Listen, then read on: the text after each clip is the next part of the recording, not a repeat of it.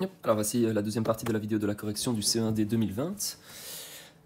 Alors, on commence directement avec du calcul littéral. Donc ici, addition, soustraction, attention que nous ne pouvons qu'additionner les termes semblables. Et quand je parle évidemment de termes semblables, on parle bien sûr de la partie littérale, puisqu'ici j'ai un monôme en b carré, j'ai un monôme en b et j'ai un monôme en b carré.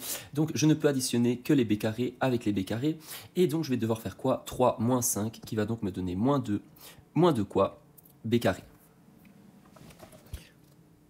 Ensuite, ici, pour la pardon, excusez-moi, et bien sûr le plus 5b qui reste, et donc je ne vais pas pouvoir additionner b carré avec b, puisque même s'ils ont les mêmes lettres, on parle de monôme semblable que si la partie littérale est à 100% identique.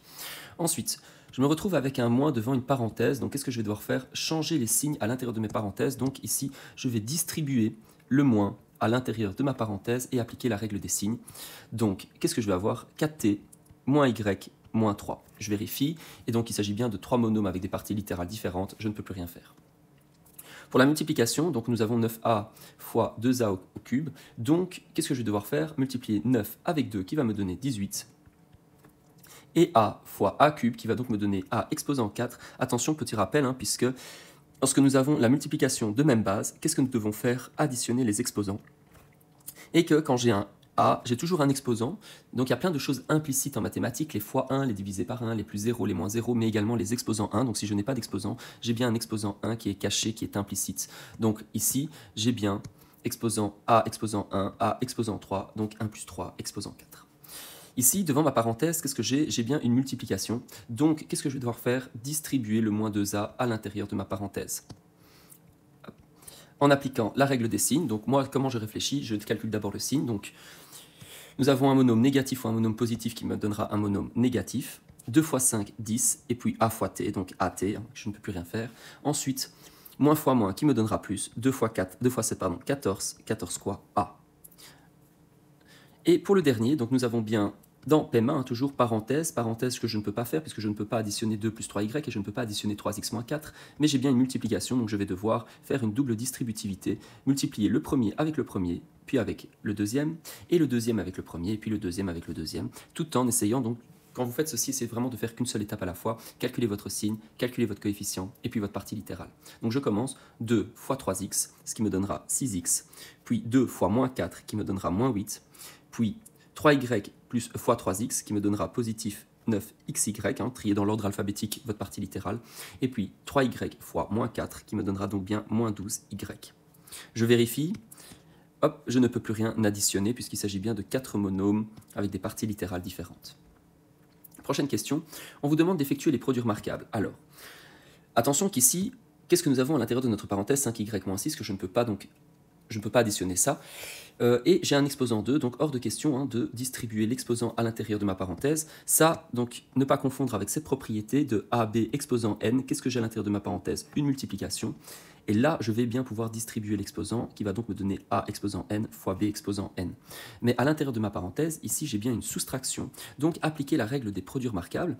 Soit vous me le faites à travers votre double distributivité, 5y moins 6 fois 5y moins 6, qui va donc me donner 25y carré moins 30y moins 30y plus 36. Je vérifie, j'ai bien deux monômes semblables que je vais pouvoir additionner, donc 25y exposant 2 moins 60y plus 36. Idéalement, donc ici, c'est une manière de faire, c'est faire sa double distributivité, mais on vous demande d'effectuer les produits remarquables, donc bien connaître votre formule générale des sommes et des différences au carré, puisque vous avez donc votre formule générale a plus b exposant 2 qui vous donnera a carré plus 2ab plus b carré, ou a moins b exposant 2 qui va donc me donner a carré moins 2ab plus b carré. Donc ça, c'est votre formule générale, essayez de penser à travers des monômes, donc quand vous avez un terme plus un autre terme, c'est votre premier terme au carré, plus 2 fois le premier terme fois le deuxième terme, plus votre deuxième terme élevé au carré. Et dans le cas d'une soustraction élevée au carré, votre 2ab sera donc négatif. Troisième produit remarquable, donc il s'agit des binômes conjugués du type a moins b fois a plus b. Vous voyez qu'à l'intérieur de ma première parenthèse, j'ai bien un a et un b, dans la deuxième également a et b, mais il y en a un des deux qui a changé de signe, moins b est devenu plus b, et donc je vais pouvoir appliquer ma formule générale de a carré moins b carré, c'est-à-dire votre premier terme élevé au carré, moins votre deuxième terme élevé au carré. Donc dans ce cas précis, on peut utiliser directement la formule générale, puisqu'on me dit quoi?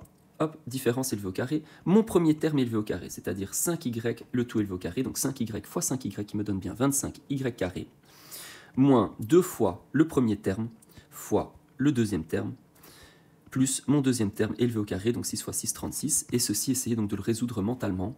Donc, je me retrouve bien avec 25y carré, moins 60y, plus 36. Donc évidemment, nous avons la même réponse que si j'avais fait ma double distributivité, mais essayez pour la troisième d'appliquer vos produits remarquables.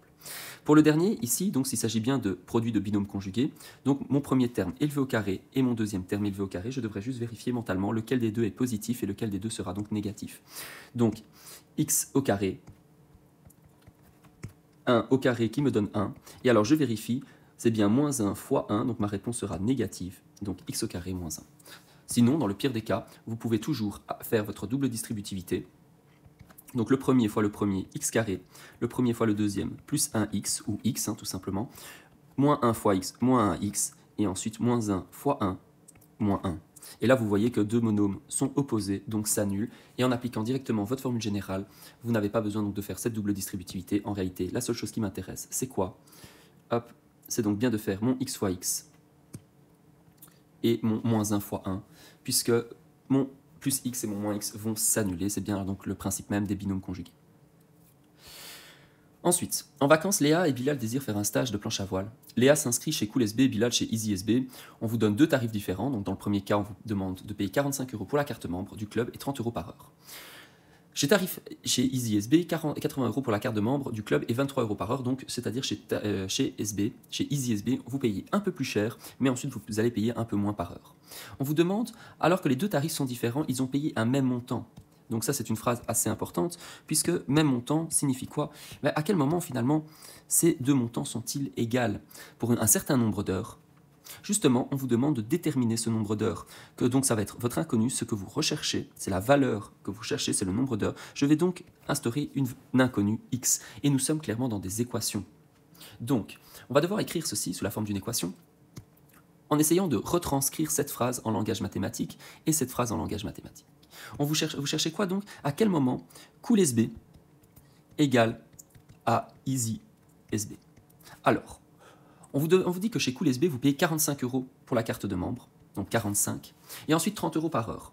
Donc 30 fois le nombre d'heures, puisque pour une heure, vous allez payer 30 €, pour 2 heures 60, pour 3 heures 90, etc. Vous voyez bien que nous devons multiplier 30 € par le nombre d'heures.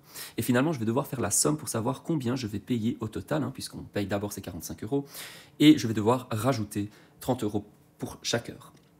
Et ceci, à un moment donné, sera égal à 80 €, puisque vous payez 80 € pour la carte membre, et ensuite 23 € par heure, c'est-à-dire 23 fois x. La multiplication entre 30 et x ne sert strictement à rien, est implicite, et le 23 fois x également. Vous avez fait pour moi la partie la plus difficile, c'est-à-dire retranscrire en langage mathématique et sous la forme d'une équation. À partir du moment donné où on vous demande de rechercher une valeur, dites-vous que vous êtes dans des équations, et qu'il va falloir donc retranscrire. Maintenant que j'ai enlevé tout ce blabla inutile, nous allons nous concentrer par rapport aux équations. Donc, je vérifie, premier membre, est-ce que je peux calculer quelque chose? Non. Deuxième membre, est-ce que je peux calculer quelque chose? Non plus. Donc, je vais devoir trier mes termes indépendants, mon 45 et mon 80, et mes termes en x, donc mon plus 30x et mon plus 23x. Donc on va devoir ranger les verts avec les verts et les bleus avec les bleus. Et c'est un choix personnel, vous choisissez de mettre soit les verts à gauche, soit les verts à droite. Je vais décider de mettre les termes en x, c'est-à-dire les verts à droite. Qui va devoir bouger? Le 45 et le 23x. Donc de nouveau, je recopie ce qui ne change pas, plus 30x, donc 30x, puisqu'il est positif, ça ne change rien, et le 80. Donc ça, c'est bien les deux choses qui n'ont pas bougé de place. Par contre, le 45, qui est une addition en changeant de membre, va devenir une soustraction. Donc 80 moins 45, et mon plus 23x, en changeant de membre, puisque c'est une addition, va devenir une soustraction. Donc attention, je sais que j'utilise un peu un langage assez simpliste en disant qu'on déplace, mais on ne déplace absolument rien, on annule des opérations. L'opération d'addition va s'annuler avec l'opération de soustraction, et l'opération de multiplication va s'annuler avec l'opération de division. Évidemment, ça marche à chaque fois dans l'autre sens. Maintenant, je recalcule le membre de gauche, 30x moins 23x, ce qui me donne 7x, et 80 moins 45, qui va donc me donner 35. Ensuite, il faut toujours isoler x, c'est-à-dire que maintenant je vais devoir annuler mon fois 7, c'est-à-dire que je vais devoir diviser le membre de gauche par 7 et le membre de droite par 7 également. Et donc je vais pouvoir simplifier, sinon la version rapide c'est quoi? C'est ma multiplication par 7 en changeant de membre va devenir une division par 7, soit x est égal à 35 divisé par 7, soit x est égal à 5. En n'oubliant pas que x représentait le nombre d'heures, donc on me demande de déterminer le nombre d'heures à partir du moment donné où mes deux montants étaient égaux. Et bien ces deux montants, oui, toujours répondre en français, puisqu'on vous pose une question en français, c'est un problème mathématique, donc répondez en français. Ces deux montants seront égaux à partir de 5 heures. Donc, clairement, si on analyse un petit peu ceci, si vous décidez par exemple de prendre ces différents tarifs que pour 2 ou 3 heures, le tarif cool SB est beaucoup plus intéressant. Mais on se rend compte que si vous faites 6 heures, 7 heures, 8 heures, il faudra plutôt demander de prendre le tarif Easy SB qui deviendra beaucoup plus intéressant à ce moment-là, puisqu'à partir de 5 heures, ils sont égaux, c'est-à-dire qu'à partir de 6 heures, le deuxième tarif sera beaucoup plus avantageux, même si au début vous auriez payé un peu plus cher votre carte de membre. Ensuite, détermine les nombres manquants dans la deuxième pyramide en te basant sur l'exemple ci-dessous. Donc ici, je regarde, je vois que 9, c'est quoi? C'est 7 plus 2. Donc en gros, j'additionne les deux blocs en dessous pour avoir le bloc au-dessus. Je regarde ceci, et finalement, la base est incomplète. Et comme elle est incomplète, donc je vais devoir chercher cette valeur. De nouveau, c'est une équation, une inconnue. Je vais donc indiquer x. C'est-à-dire que ce bloc, c'est quoi? C'est 5 plus x. Et ce bloc sera quoi? Donc x plus 4. De nouveau, ça voudrait dire que 5 plus x plus 4 me donnera 21. Donc je suis dans une équation puisque le bloc 5 plus x et le bloc x plus 4, quand je les additionne, cela me donne 21. Je vais donc pouvoir, grâce à cette équation, retrouver la valeur de x ici présente et après remplacer au fur et à mesure ma pyramide. Donc, je calcule mon membre de gauche, 5 plus 4, ce qui me fait 9, x plus x, 2x, qui est égal à 21. Je mets les termes en x d'un côté et les termes indépendants de l'autre. Finalement, je me rends compte que le seul que je dois déplacer, c'est le quoi? C'est donc mon 9 qui, en changeant de membre, puisqu'il s'agit d'une addition, va devenir une soustraction, soit 2x est égal à 21 moins 9. Je calcule, 2x est égal à 12, soit x est égal à 12 divisé par 2, puisque j'ai bien déplacé mon x2 qui devient une division. Donc x est égal à 6. Je n'ai plus qu'à remplacer dans ma pyramide, puisque le x est 6. 5 plus 6, ça fait bien 11. 6 plus 4, ce qui fait bien 10. Et 11 plus 10, ce qui fait bien 21. Donc, au moins, avantage avec ce genre de questions, c'est qu'on peut se vérifier assez facilement. Alors, si je veux compléter mon langage mathématique, je peux quand même indiquer solution est égale à 6. Pour le suivant, alors, la figure ci-dessous est formée de 16 triangles isométriques, donc c'est-à-dire que ce triangle, etc. ont toutes les mêmes longueurs, et donc du coup également des mêmes amplitudes internes. On me demande quoi? D'assurer l'image du triangle FKE par symétrie d'axe CG. Donc, moi je vais souligner en couleur. Hop. Donc on me demande quoi? Le triangle FKE. Donc on va essayer déjà de le rechercher. Voilà, FKE. Donc on me parle de ce triangle, je vais faire un peu plus gros. Hop, voilà. Donc on me parle de ce triangle. Parfait. D'axe GC. Donc c'est bien une droite. Donc on est bien dans une symétrie orthogonale. CG ici. Donc qu'est-ce que je vais devoir faire maintenant? Déplacer mes différents points. Donc déplacer le point F perpendiculairement et de part et d'autre de mon axe à même distance. Donc je vais devoir faire quoi? Placer mon équerre perpendiculairement et à la même distance. C'est-à-dire que le point F, après symétrie orthogonale, est devenu le point H. De nouveau, le point E, après symétrie orthogonale, va devenir quoi? Le point A. Et le point K, après symétrie orthogonale, deviendra le point P. Soit, finalement, puisqu'on m'a demandé d'assurer, j'assure. Hop, voilà. Le triangle FKE par symétrie orthogonale d'axe GC deviendra donc le triangle PAH. Ensuite, hop, donc je supprime, tout ceci on peut le faire au crayon et après vous gommez pour éviter le surplus d'informations. Trace un vecteur de la translation qui implique le segment FK. Donc de nouveau, qu'est-ce que je vais faire? Je vais souligner. Où est FK? Il est ici. Sur le segment OB. Hop. Et on me demande quoi du coup? De tracer un vecteur qui applique le segment, donc ici. C'est-à-dire que le point F est venu le point O, et le point K est devenu le point B. Donc par exemple, une manière de tracer un vecteur, je peux tracer du point O, je peux tracer du point F au point O. Ah, problème avec le logiciel, je zoome, voilà. Je vais faire une petite rotation manuelle. Hop. Donc voici ici en jaune, par exemple, un des vecteurs. Et évidemment, qu'est-ce que je peux faire? On en a plein d'autres, hein, puisque le vecteur, on n'est pas obligé forcément. Je peux le placer n'importe où, du moment qu'il soit parallèle, de même sens et de même norme. Donc la norme, c'est bien la longueur du vecteur. Donc je peux placer ici, je peux le placer là, je peux le placer... En fait, la position du vecteur n'a pas d'importance par rapport à la translation. Ce n'est pas comme la symétrie orthogonale où l'axe, en fonction de la position de l'axe, on ne va pas avoir le même déplacement. Dans la symétrie centrale, également, le centre de rotation, là, sa position est importante, mais le vecteur, absolument pas. Donc je peux le placer n'importe où, du moment qu'il est bien parallèle, de même sens et avec la même norme, la même longueur. Évidemment, le plus simple serait donc de relier le point F et le point O, puisque le point O est bien l'image du point F après cette translation. Et donc là, qu'est-ce que je vais pouvoir faire? Supprimer ceci. Voilà donc pour ces deux questions. Et on me demande quoi? De déterminer l'amplitude de l'angle de la rotation de centre R qui applique. Donc on va devoir déplacer ici de centre R sur le triangle GJF, donc GJF, ici présent, sur le triangle HSG, donc H. Alors, donc voici notre triangle de départ et son image. Donc via cette rotation, finalement le point F est devenu le point H.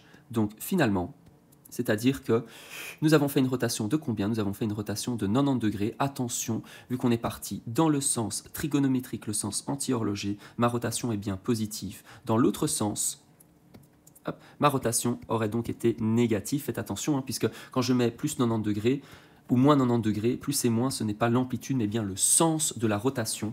Et dans le sens du rond-point, la rotation est positive. Dans le sens contraire du rond-point, la rotation est négative. En mathématiques, on va parler de sens trigonométrique, le sens positif, et de sens anti-trigonométrique, le sens négatif. Donc ici, le point F est bien devenu le point H par une rotation de 90 degrés.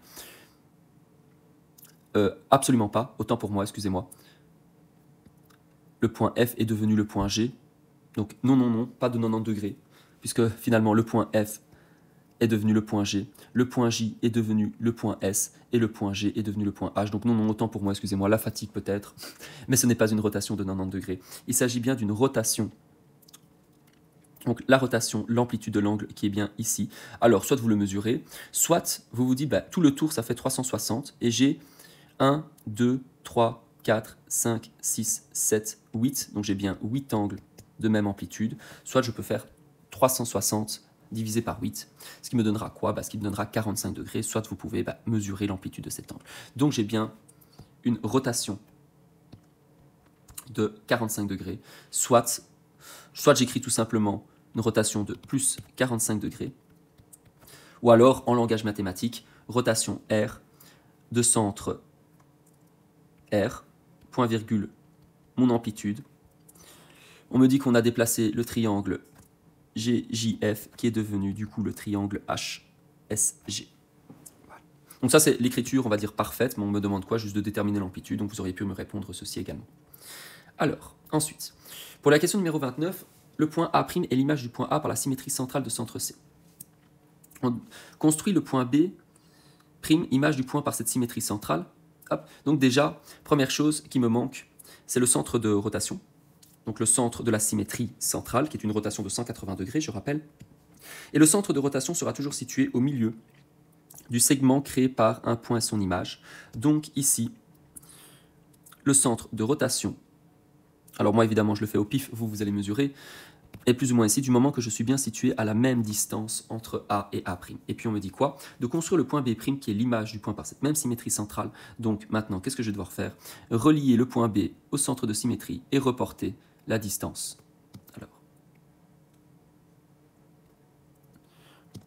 hop, je zoome pour un peu plus de précision quand même. Voilà.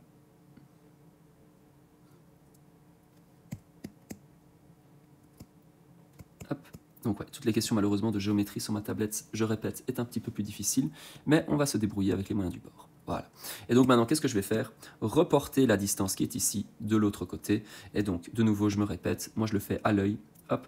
Vous faites bien attention hein, au millimètre près, du moment que cette distance soit bien égale à cette distance. Voilà. C'était construction visible, donc ici c'est bon, on a fait. Hop, ensuite, Question numéro 30. La figure ci-dessous représente un handspinner. Très bien. On me demande quoi? De construire envers l'axe de la symétrie qui applique le point B sur le point C. Donc l'axe de symétrie, c'est-à-dire que mon point B, par une symétrie centrale, par une symétrie orthogonale, est devenu le point C. Donc je sais que l'axe de symétrie est situé au milieu, perpendiculairement du segment BC. Donc de nouveau, ici, hop, qu'est-ce que je vais faire? Je relie C et B, et je vais donc tracer une droite qui est perpendiculaire et qui passe par le milieu de mon segment. Donc cette distance est bien égale à cette distance perpendiculairement. On me demande de construire en vert. Ok, autant pour moi, donc oui. Respecter la consigne de base, j'avais mal lu. Voilà. Comme ça, on a rempli la condition. Oui, ça peut être des petits détails, hein, mais très important. Quand on vous demande de faire dans une couleur, faites-le. Ce serait bête de perdre des points là-dessus, alors que ce n'est pas vraiment la difficulté même de l'exercice. Ensuite, on me demande quoi?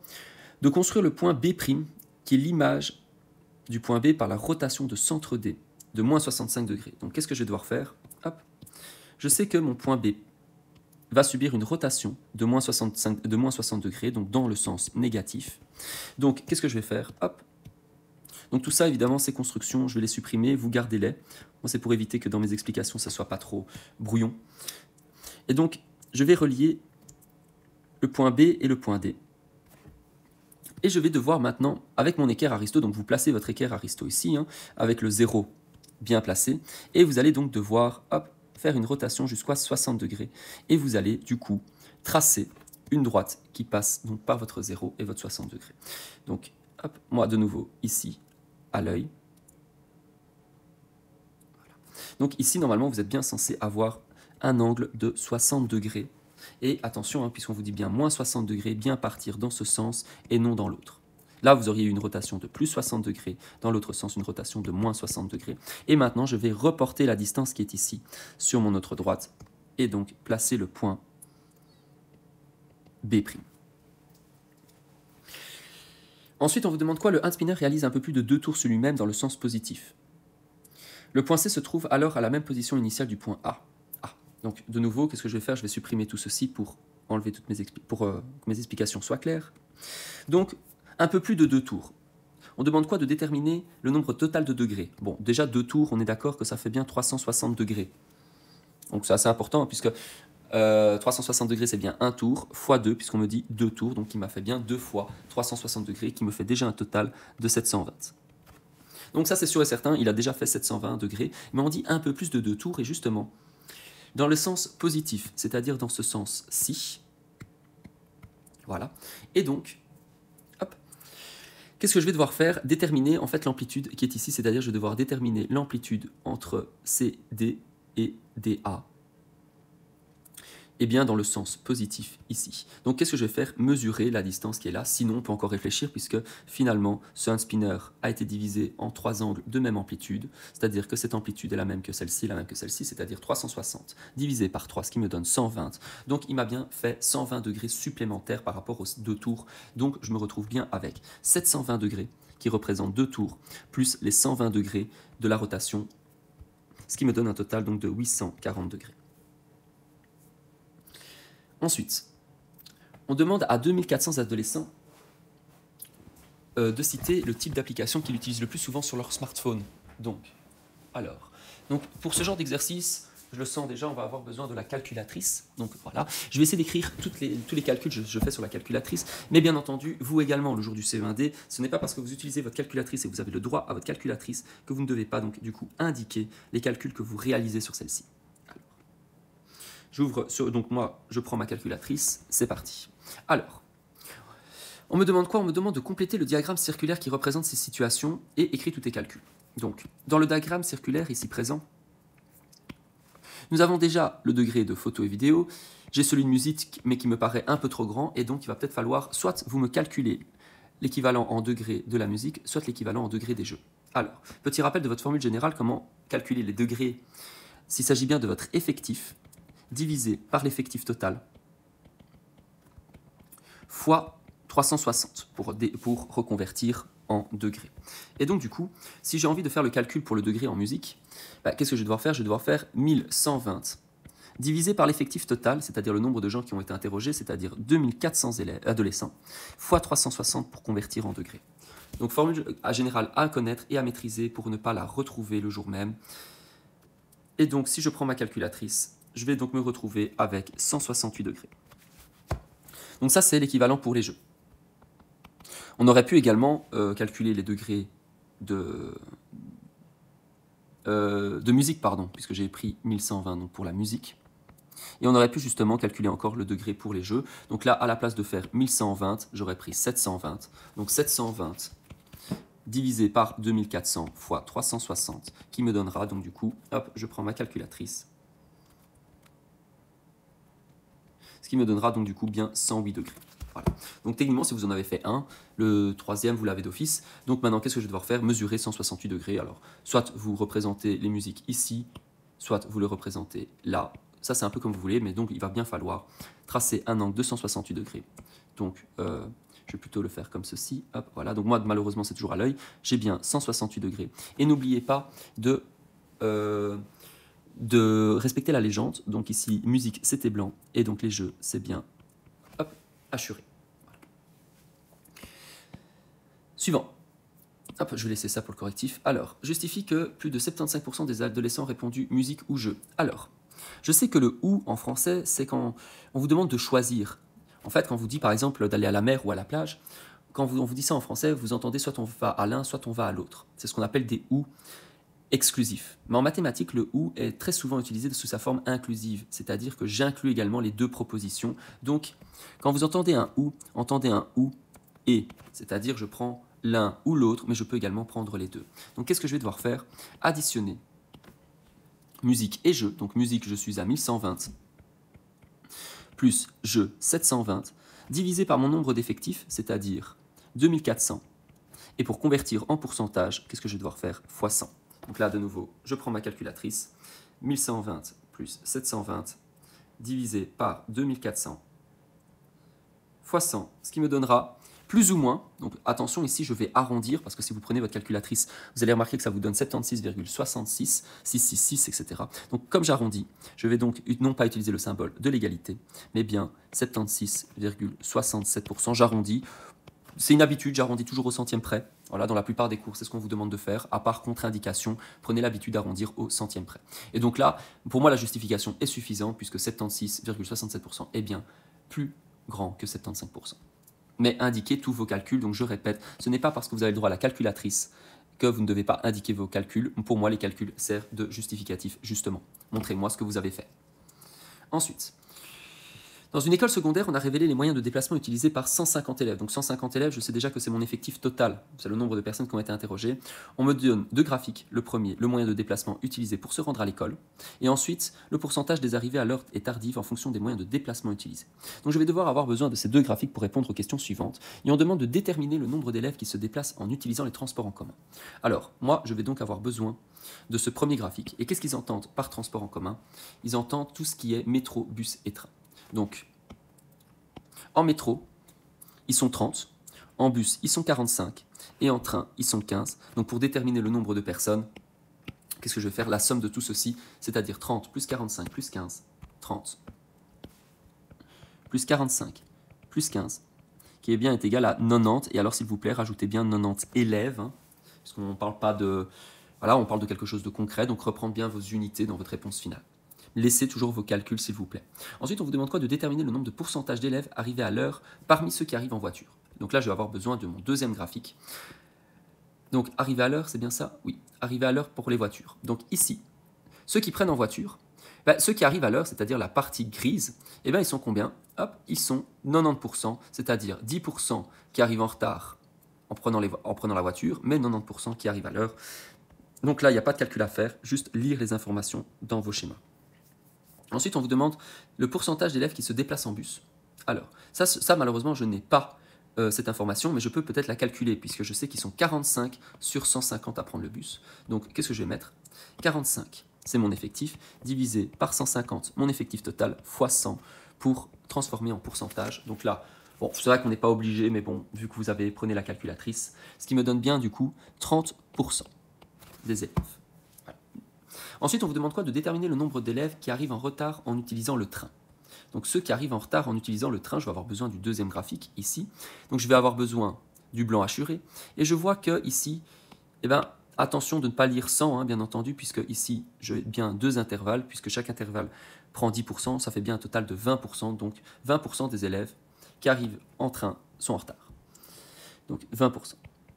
Voilà. Et là, donc du coup, vous voyez que niveau calcul, on a fait beaucoup plus difficile, mais bien lire vos différents schémas, et c'est donc bien de retrouver les informations.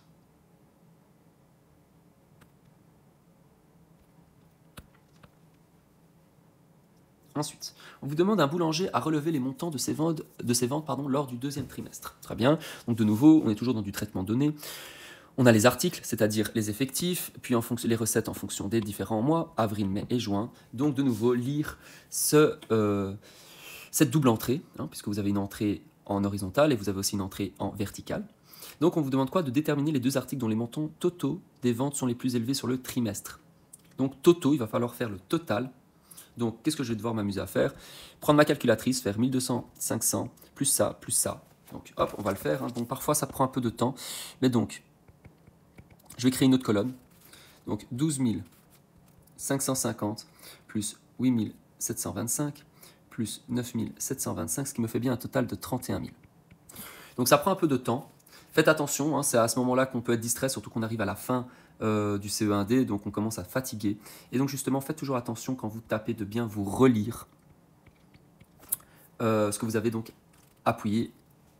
Ne faites pas en 100% confiance à votre calculatrice. Enfin, si, faites confiance à votre calculatrice, ne faites juste pas confiance quand vous tapez sur votre calculatrice. Hop. Donc ici, je m'amuse à prendre ma calculatrice, je fais la somme à chaque fois. 3175 plus 2950 plus 2875 fait bien un total de 9000. Voilà.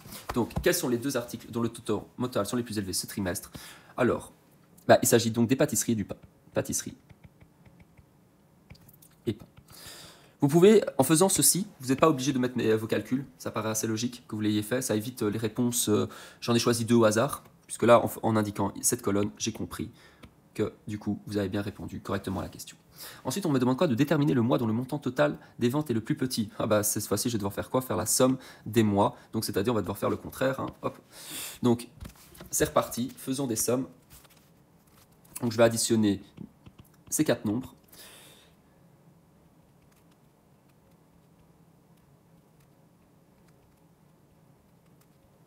Ce qui me fait bien un total, ici, de 32 115. Ensuite,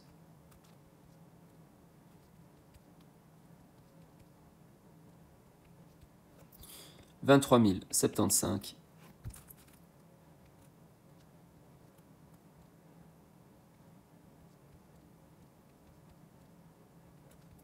et ensuite 25 810. Donc voilà, ça a pris un peu de temps. Hein. Donc on me demande quoi? Le total du mois, le pire mois a bien été, hein, donc du coup le mois de mai, où je n'ai gagné entre guillemets que 23 075 €, donc le mois de mai. Ensuite, on me demande quoi? Déterminer l'article dont le montant des ventes diminue tout au fil du long du trimestre. Donc là, je vais devoir analyser ligne par ligne. Donc, ce nombre est bien plus petit que celui-ci, mais par contre, après, on a réaugmenté nos ventes. Okay. Pareil, ici, ce montant est plus petit que lui, mais après, il y a eu une remontée, donc non. Ensuite, de nouveau, ceci est plus grand que ça, qui est plus petit que ceci, toujours pas. Donc, par contre, ceci est plus grand que lui, et lui est plus grand que lui. Donc, c'est bien les viennoiseries qui ont diminué au fur et à mesure. Et voilà, hop. Ensuite, on me demande quoi? Les mesures ne sont pas respectées. Donc, très important, les mesures ne sont pas respectées, ça veut dire qu'on va devoir vous demander de calculer des amplitudes d'angle, mais que vous n'allez pas devoir le faire avec votre équerre Aristo, puisque les mesures ne sont pas respectées. Donc, il s'agit bien d'un schéma. Alors, on sait que ABCD est un rectangle. Donc moi, qu'est-ce que je vais faire? Je vais annoter au fur et à mesure. Hein. Donc ça veut dire que cette longueur est la même que cette longueur est la même que cette longueur, que ceci est parallèle à ça. Hop, on va écrire tout ça. Donc ceci. On va écrire les informations au fur et à mesure. Je sais que c'est une histoire d'angle, donc on va avoir besoin, c'est-à-dire que mes deux bleus sont parallèles, mes deux verts aussi, et en plus mes deux verts sont de même longueur, en plus d'être parallèles, et mes deux bleus sont parallèles et de même longueur également. On vous dit quoi? Que DX est la bisectrice. Ah oui, rectangle, vu qu'on analyse les angles, ça peut être intéressant. J'ai bien un angle de 90 degrés, 90 degrés, 90 degrés, hop, et 90 degrés. On me dit quoi? Que DX est la bisectrice de l'angle ADC. Donc l'angle ADC, nous avons une bisectrice, donc j'ai bien 90 degrés qui a été divisé par 2, soit j'ai bien un angle de 45 degrés ici et un autre angle de 45 degrés là. Première étape. Donc ça, c'est mon étape numéro 1. Et ensuite, on vous dit quoi? Que l'angle DXC, donc c'est-à-dire DXC ici, eh ben, vaut 100 degrés, donc ça, on vous le donne. Et on me demande quoi? De trouver cette amplitude, donc de trouver l'amplitude de l'angle BCX. Donc il va falloir réfléchir au fur et à mesure. Bon, ce qui est bien, c'est que j'ai déjà trouvé l'amplitude de cet angle. Alors il y a plusieurs chemins pour la à Rome, ça c'est clair et net. Donc il y a, voilà, par exemple, ici, qu'est-ce que je peux faire? Je peux calculer l'amplitude qui est ici, puisque je connais dans ce triangle 2 amplitudes. Et donc je sais que vaut ceci, puisque je sais que la somme des amplitudes d'un triangle interne vaut 180 degrés. Donc ça, par exemple, ça, je pourrais aller très vite. Et puis je sais que cet angle et cet angle sont complémentaires. Donc leur somme vaut 90 degrés. Soit je sais que ceci et ceci sont des angles alternes internes.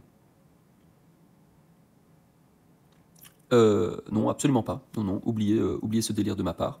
Non, écoutez, on va partir là-dessus. Hop, voilà, on va partir là-dessus. C'est-à-dire que je sais que 145, qu'est-ce qui me manque pour arriver à 180? Il me manque 35 degrés.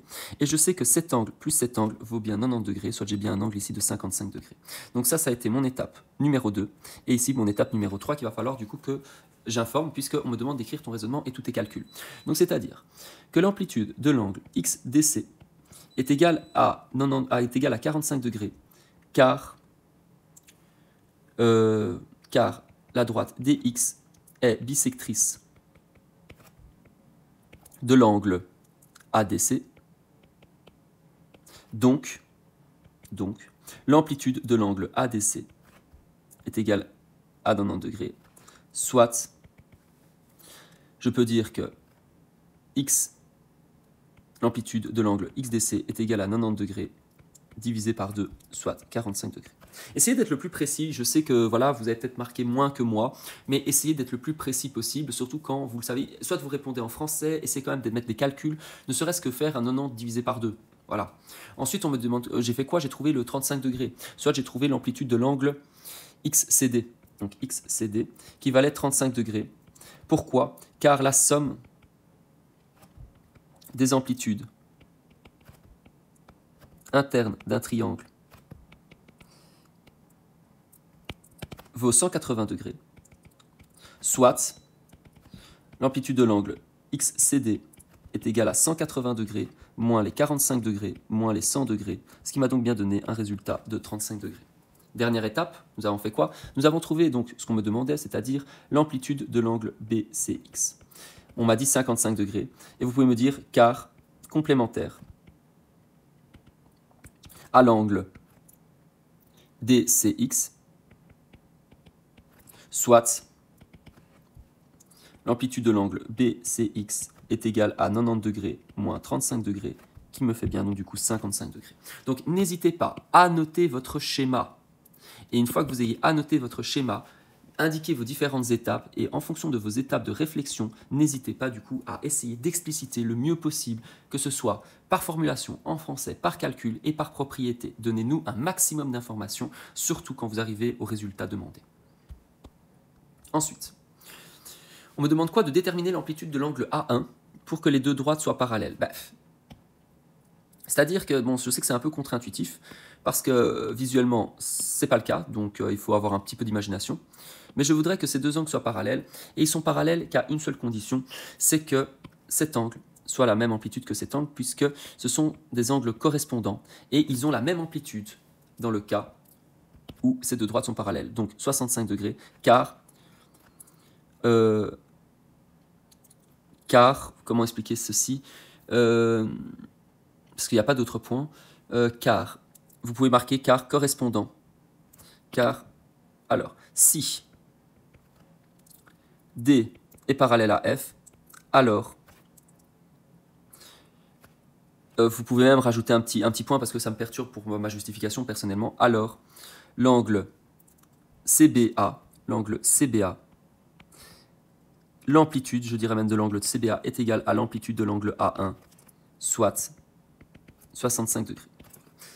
Donc n'oubliez pas, les angles correspondants, alterne interne, alterne externe, ont la même amplitude qu'à condition qu'on ait bien deux droites parallèles, que le parallélisme soit conservé dans les côtés de mes angles.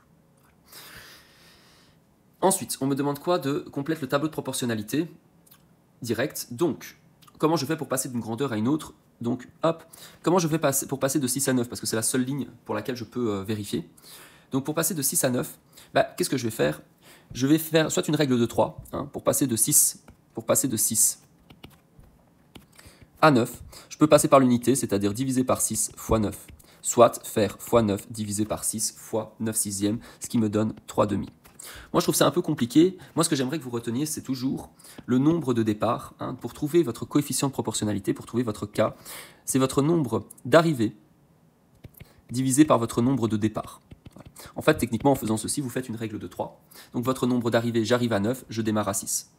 Et pour aller dans l'autre sens, hein, pour passer de Y à X, pour aller dans l'autre sens, c'est l'inverse, hein, puisque le nombre d'arrivées, du coup, c'est 6 divisé par 9, donc il s'agit bien de l'inverse. Et alors, toujours évidemment, me répondre sous la forme réduite.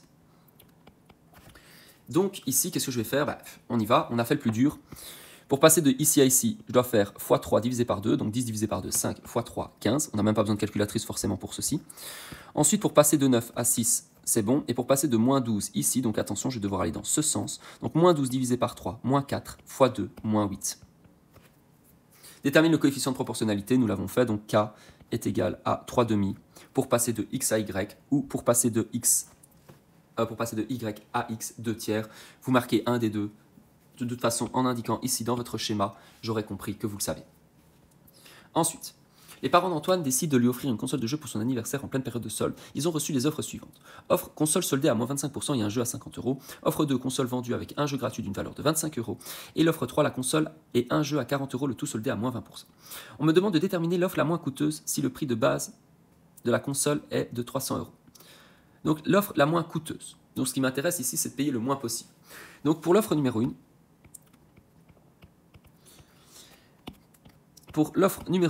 alors la console est soldée à 25%, c'est-à-dire que nous allons payer quoi? Donc toujours réfléchir à l'envers. Si on m'offre 25%, c'est-à-dire que je dois payer 75%. Donc je vais faire 75% de 300 €, soit 300 fois 75 divisé par 100. Donc réfléchissez dans l'autre sens. Ok, c'est sympa de savoir que c'est soldé à 25%, mais du coup, qu'est-ce que je dois payer? Je dois payer 50 €. Et on offre un jeu à 50 €.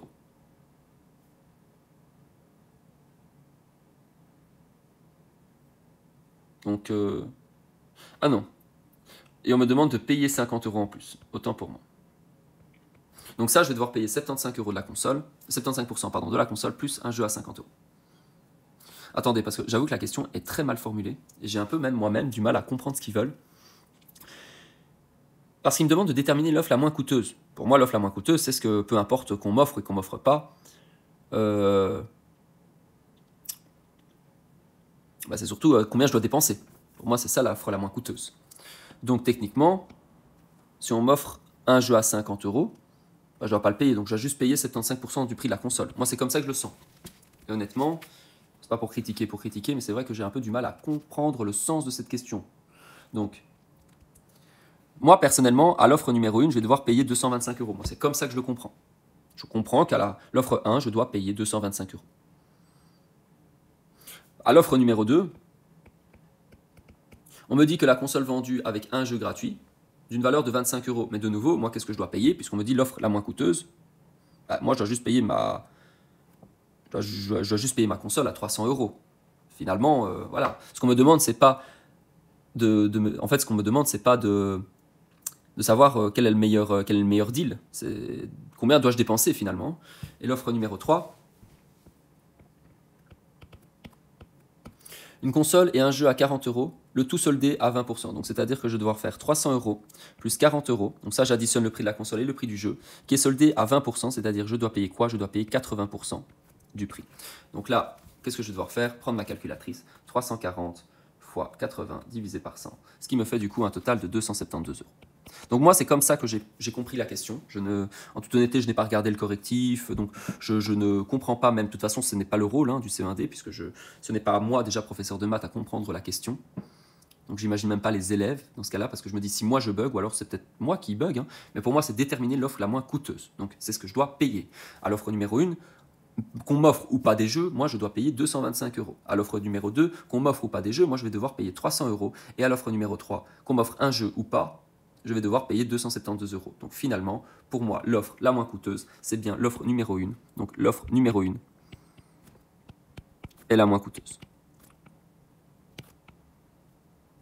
Voilà. Donc je ne sais pas si c'est fait exprès de vous perturber par rapport à des jeux qu'on vous offre, des jeux qu'on ne vous offre pas.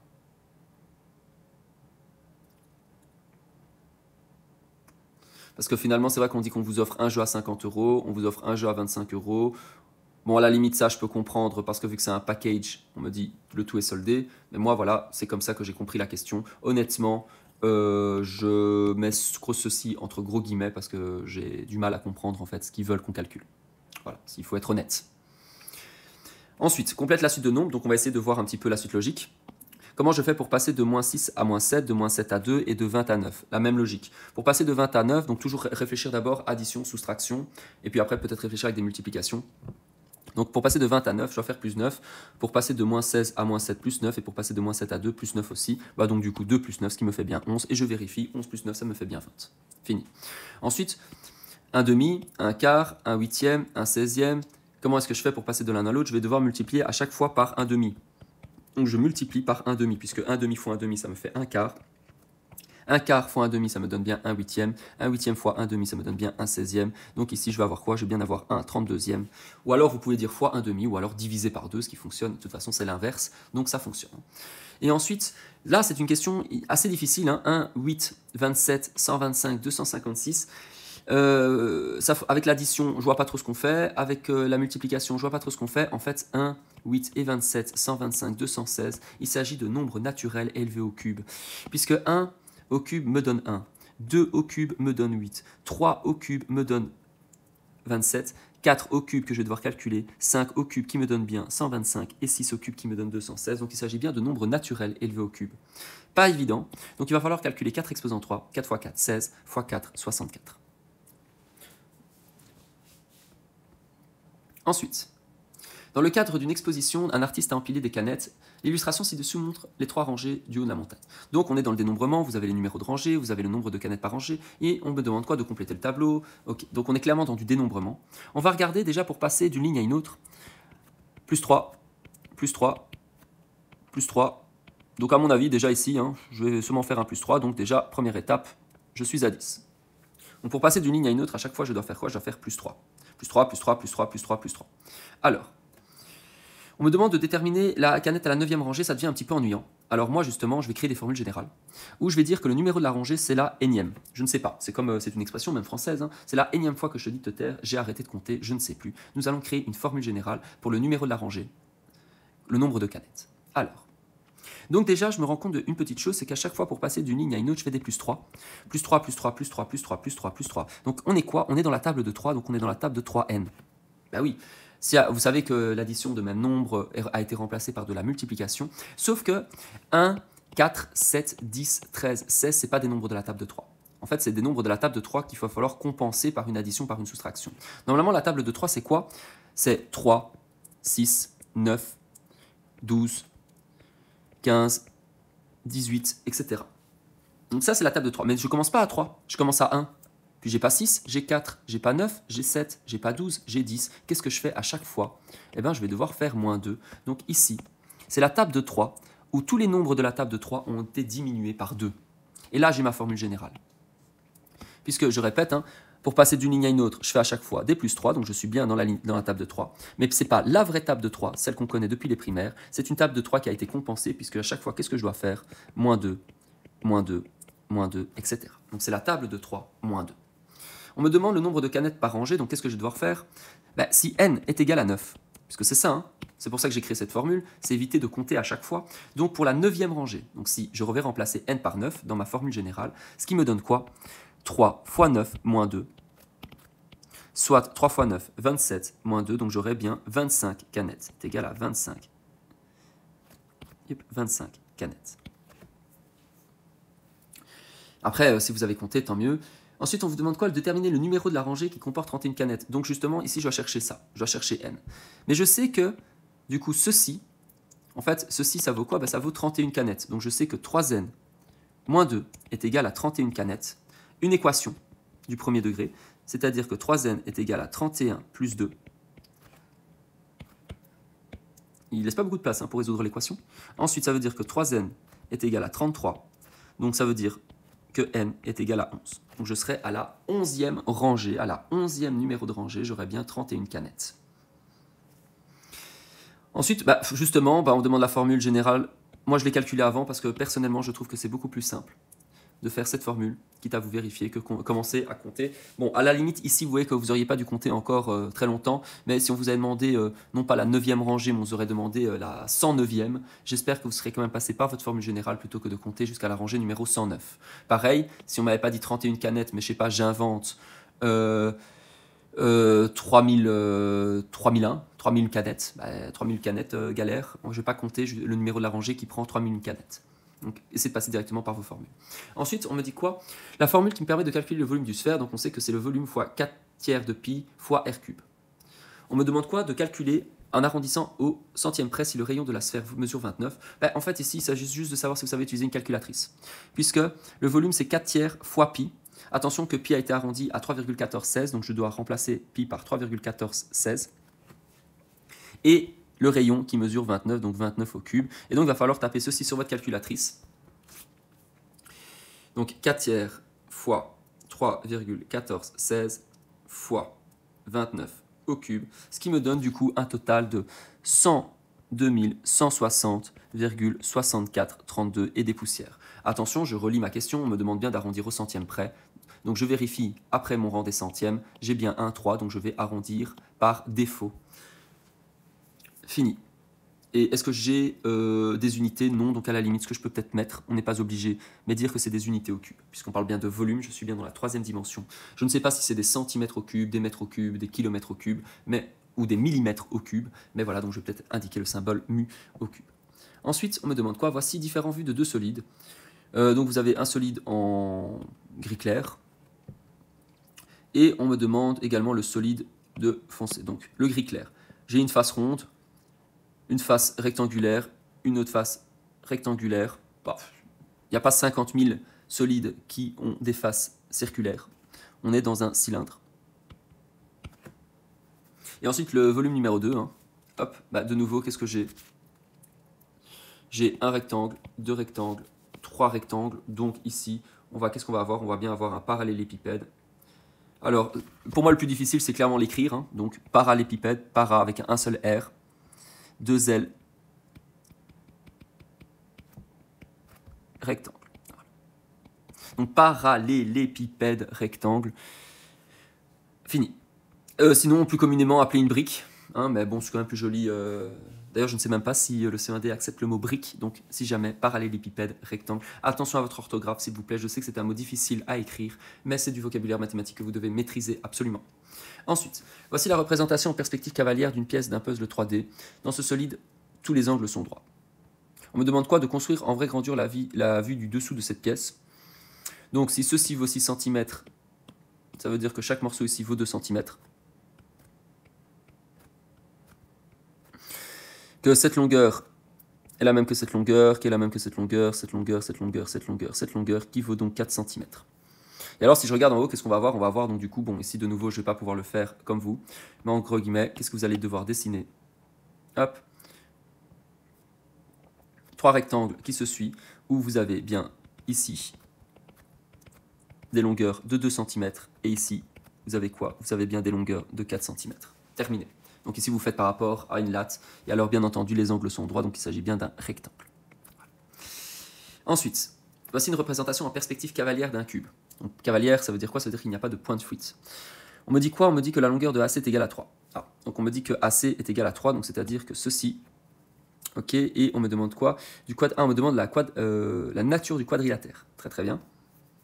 Donc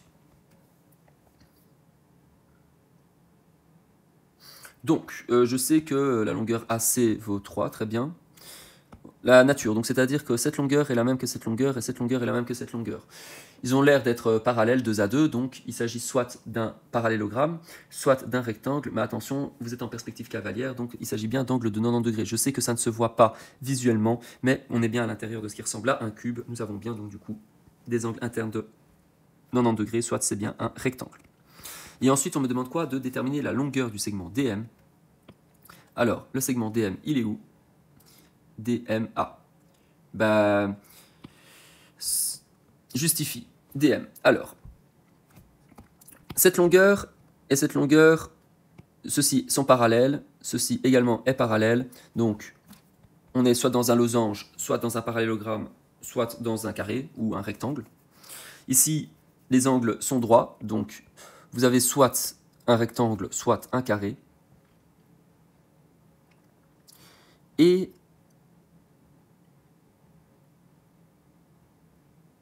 il s'agit en effet d'un carré, hein, donc c'est-à-dire que les diagonales d'un carré, donc ça, vous avez un carré, et les diagonales d'un carré sont comment? Se coupent perpendiculairement en leur milieu respectif. Donc, si ce côté vaut 3, c'est-à-dire que cette diagonale vaut 1,5, et ceci a la même longueur, donc sont bien isométriques, soit la longueur DM est égale à 3 divisé par 2, 3 demi. Vous pouvez également me répondre 1,5, car les diagonales d'un carré sont isométriques, c'est-à-dire qu'ils possèdent les mêmes longueurs, et se coupent perpendiculairement en leur milieu respectif. Donc connaître bien vos propriétés des diagonales. Et nous avons terminé le C1D en espérant que ces différentes vidéos vous aient été un minimum utiles. N'hésitez pas à me